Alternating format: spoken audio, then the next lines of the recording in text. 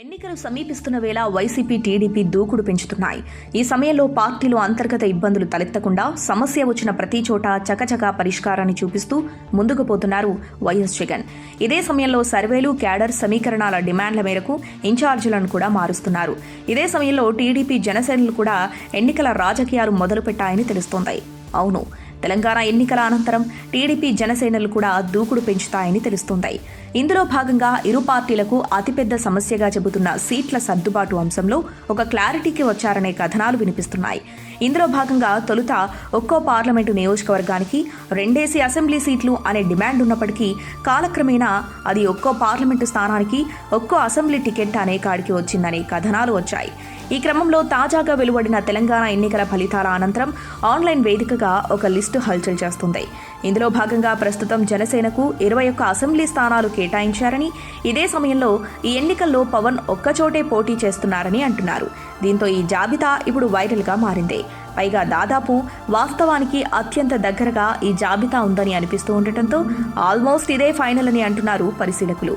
ఈ జాబితా ప్రకారం జనసేన అధినేత పవన్ కళ్యాణ్ ఈసారి గాజువాకను పక్కన పెట్టి భీమవరం నియోజకవర్గంలో మాత్రమే పోటీ చేయబోతున్నారని తెలుస్తోంది. ఇక ముందుగా తనకు తానే ప్రకటించుకున్నట్లుగానే నాదెండ్ల మనోహర్ తెనాలి నుంచి పోటీ చేయబోతున్నారని ఉంది. ఇక ఇదే సమయంలో నరసాపురం నుంచి బొమ్మిడి నాయకర్, తాడేపల్లిగూడెం నుంచి బొలిశెట్టి శ్రీనివాస్ పోటీ చేయబోతున్నారు.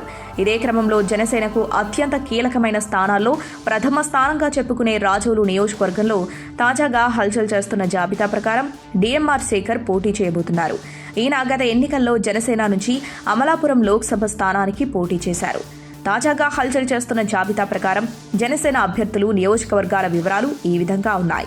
నీలిమర్ల, లోకం నాగమాధవి, గజపతి నగరం పడాల అరుణ, గాజువాక నుండి సుందరపు సతీష్, భీమిలి, పంచకర్ల సందీప్, పెందుర్తి, పంచకర్ల రమేష్ బాబు, యలమంచిలి, సుందరపు విజయ్ కుమార్, ముమ్మిడివరం పితాని బాలకృష్ణ, రాజానగరం వత్తుల బలరామకృష్ణ, రాజమండ్రి రూరల్ కందుల దుర్గేష్, కాకినాడ రూరల్ పితాని నానాజీ, పిఠాపురం ఉదయ్ శ్రీనివాస్, రామచంద్రాపురం చిక్కం దొరబాబు, జగ్గంపేట పట్టంశెట్టి సూర్యచంద్రరావు, రాజోలు డిఎంఆర్ శేఖర్, భీమవరం కొనితెల పవన్ కళ్యాణ్, తణుకు వి రామచంద్రారావు, తాడేపల్లిగూడెం బొలిశెట్టి శ్రీనివాస్, నరసాపురం బొమ్మిడి నాయకర్, విజయవాడ వెస్ట్ పోతిన మహేష్, తెనాలి నాదెండ్ల మనోహర్, గిద్దలూరు నుంచి ఆమంచి శ్రీనివాసరావు పోటీ చేయబోతున్నట్లుగా సమాచారం అందుతోంది.